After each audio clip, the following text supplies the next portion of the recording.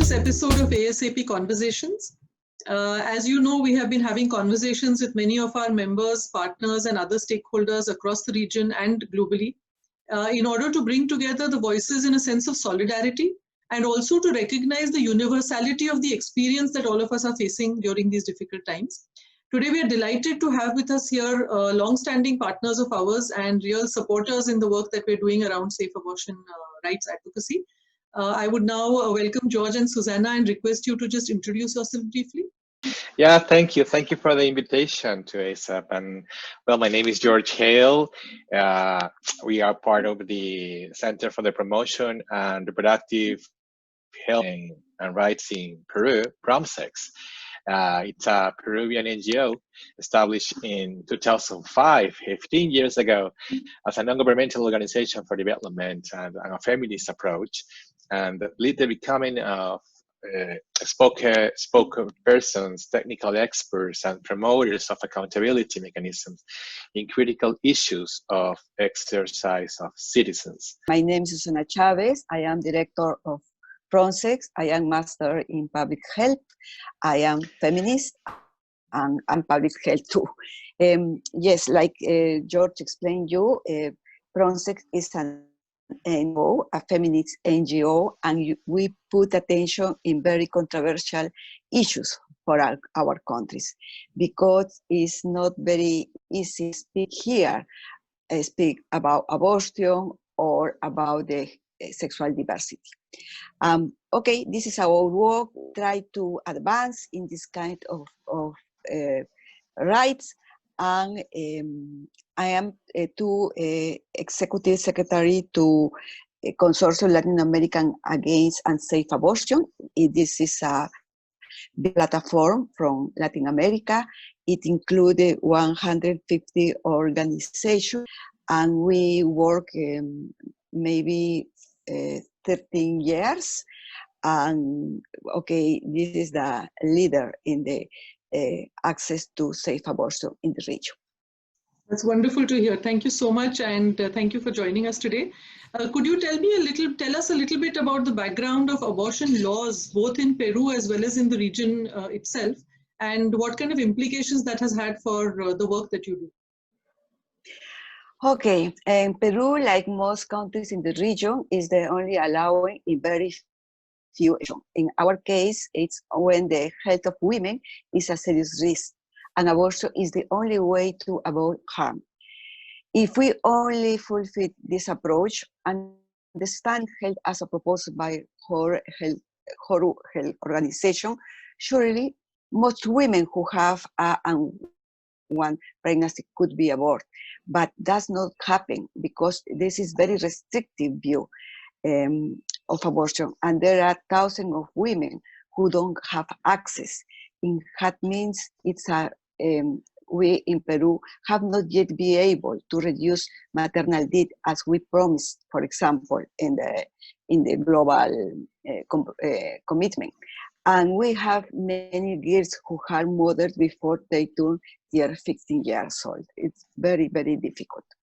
And in the region, there is only place that allowing the total decriminalization of abortion up to 12 weeks. It's only in 2 places, 2 states of Mexico and Uruguay. But we have 6 countries where the women can suffer to up 40 years in prison in case of abortion. But abortion, it's a very topic which is discussed in every political election, but it's we have a long time for. Right. So yeah, maybe to add that in PROMSEX we made a survey recently that mentioned that it states that nationwide we've got like 19% of women in Peru have had an abortion, and that abortion occurs despite the legal ban in Peru, for example. The practice of abortion is transversal to all socioeconomic levels. However, 90%, yeah, the largest number of women who reported an abortion were from the middle and lower economic strata. And the other number that should be mentioned here maybe is that women who reported an abortion experience are of all ages, but a higher frequency is evident among young women under 13-year-old. And 58% of women went to a health professional to have an abortion. The vast majority of women in this group had a surgical abortion. So it's like the numbers that we've got now, because it's really important to know how the situation in numbers we've got it in the country to understand the situation more than legal. Yeah, the statistics are really staggering. If you say 90% of women have had at least one abortion in their lifetime, then what is the rationale behind the law which is not protecting these women and helping them to get safe abortions? Other than that, are there any other barriers also in the public sector or the private sector in terms of, say, costs or any other conditions? For example, in Peru, like that this law is coming to the penal code, the services don't attend this kind of problem. This is a very complicated situation. But, for example, when the last year we work a lot because we have a regulation of access to abortion through to the process.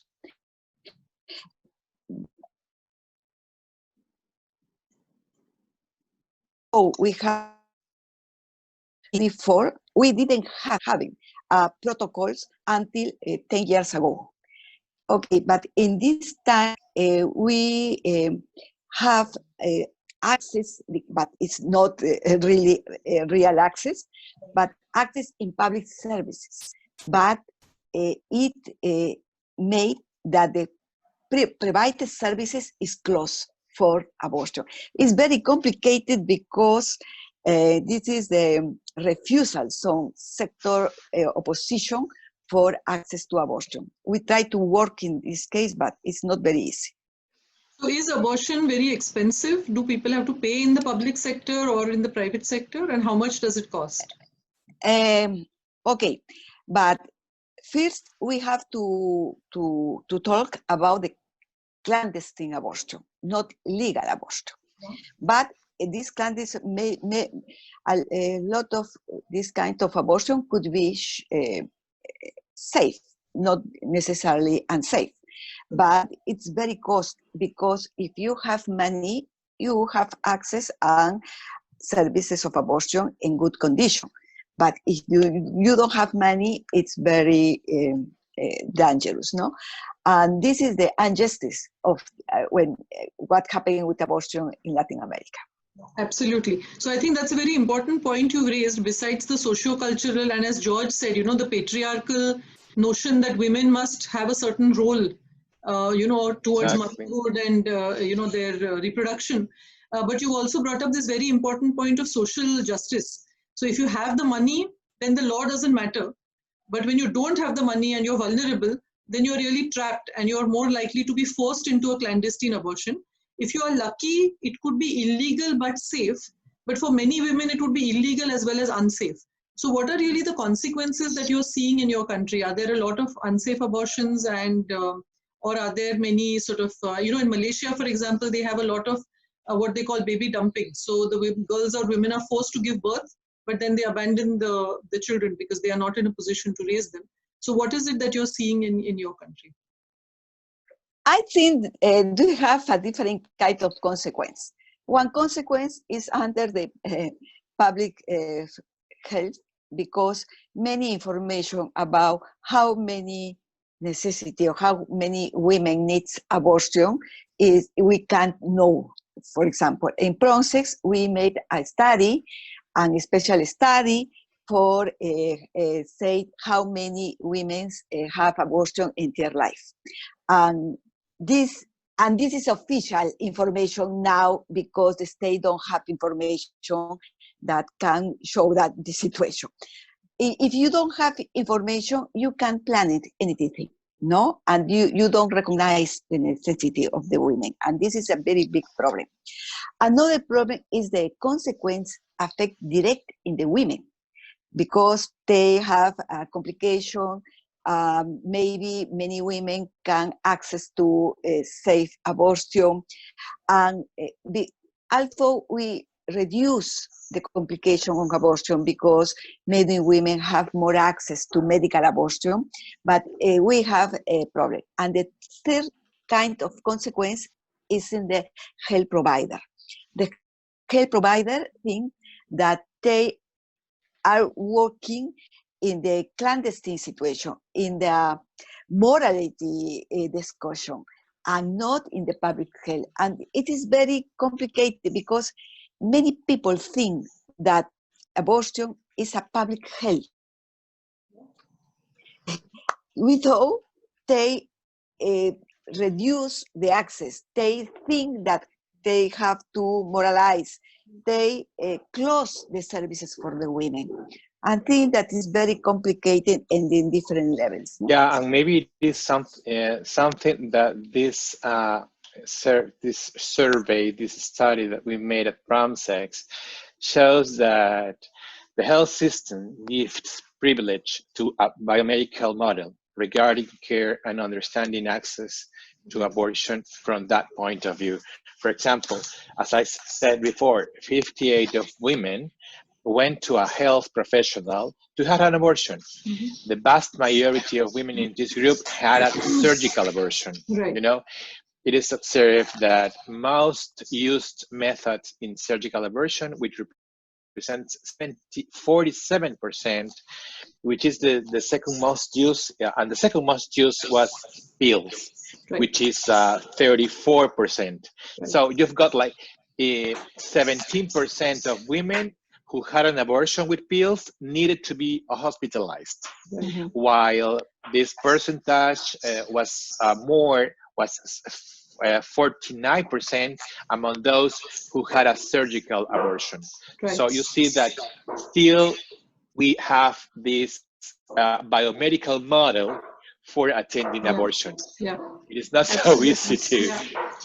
So I from what we understand, many of the telephone hotlines actually were founded in Latin America and were managed by a lot of young feminist groups.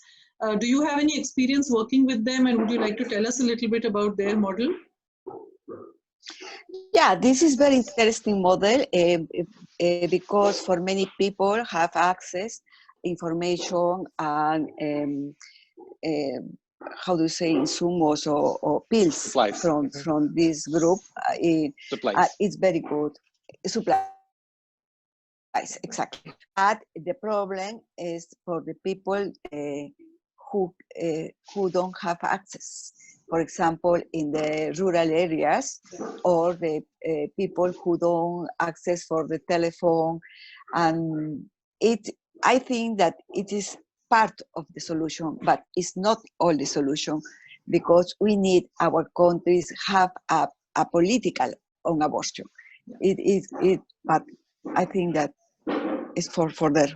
True.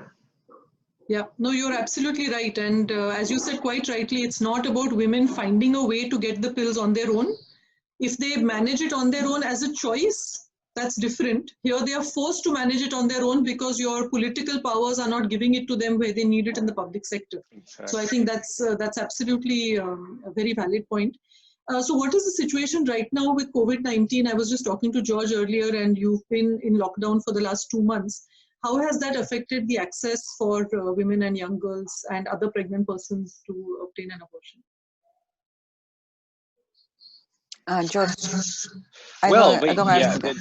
the problem for during the COVID, you know that I mentioned Zika because we had that problem before, but the COVID was really a problem because the whole health system is focused mm-hmm. now on attending the COVID-19 pandemic, mm-hmm. and you know that the lockdown is likely to increase domestic. They say this situation is likely to increase domestic violence and sexual violence, leading to rape and unwanted pregnancies, you know, and increase in abortion rate subsequently.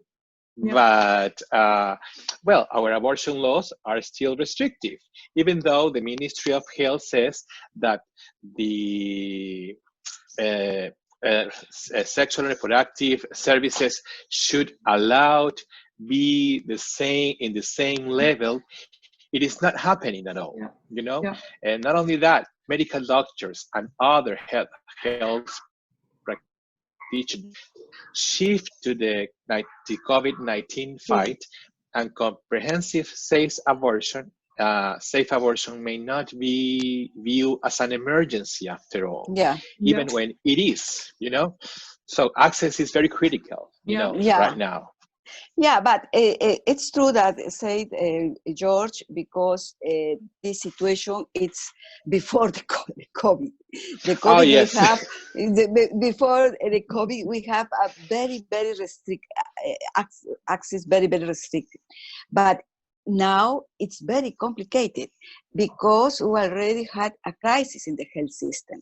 We already many people who, if they suffer, for example, from cancer, had to wait between 3 and 6 months to have an appointment to help. But now the system is totally collapsed. It's closed, all access, and the first close, the first was closed, was the reproductive health services, and they try to solve the problem with telemedicine. But what is the problem with telemedicine? It's very restricted because the services don't have connection of the internet. And this is very complicated. And now I think that we have many people who die by COVID, by many people who die but not COVID. Yeah, you're because don't right. have attention. It's collapsed totally. And I think we are hearing the same story from many of our partners in other countries as well, is that as a result of, whether it was because of, you know, capitalism, neoliberalism, for the last 2 decades, public health sector systems have not been well funded and well supported. And now, as you said quite rightly, they are collapsing. So there were many marginalized and vulnerable groups who had less access anyway. For example, people with disabilities, as you said, people living in rural areas, you know, poorer people. But now everyone is suffering as a result of the public health sector collapse. In situations like this, which is a natural disaster, somehow sexual and reproductive health needs are always given a lower priority. So as you said quite rightly, people are dying of COVID as well as non-COVID, and we've always had, you know, TB, malaria, dengue, a whole lot of other illnesses. But somehow whenever you have to prioritize funding or programs or approaches, sexual and reproductive health needs, and particularly abortion, is never seen as a priority. So going forward, how do you think this experience is going to change your advocacy as well as your work? Because I know PROMSEX, like ASAP, has always had a lot of traveling and in-person meetings, capacity building, networking, etc. So how do you see this going to change the way you approach the issue in the future?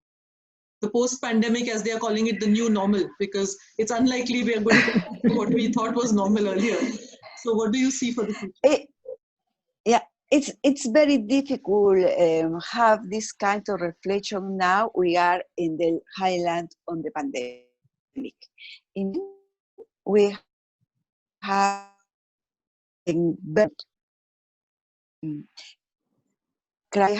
who are dying and that, or people who know is dying in this moment, no?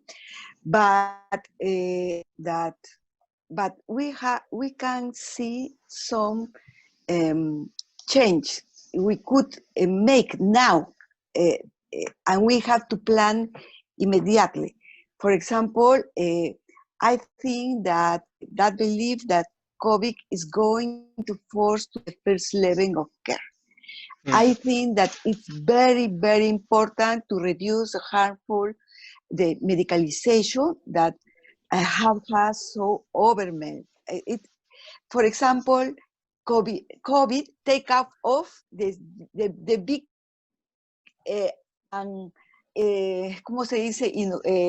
Inútil discourse and unuseful about the medicalization of abortion we have involved in the last years, and we are very, very discussed with doctors, with gynecologists, for example, no?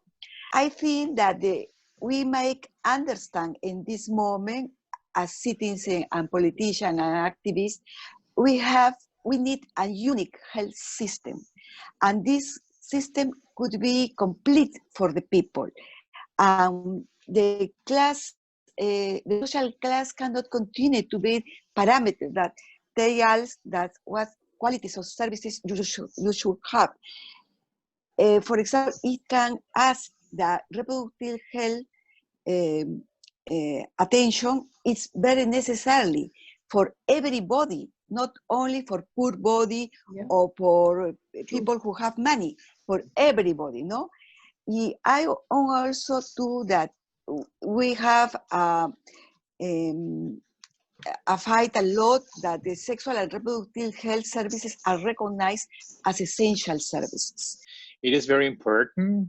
This came back to the first level of care, as Susana mentioned.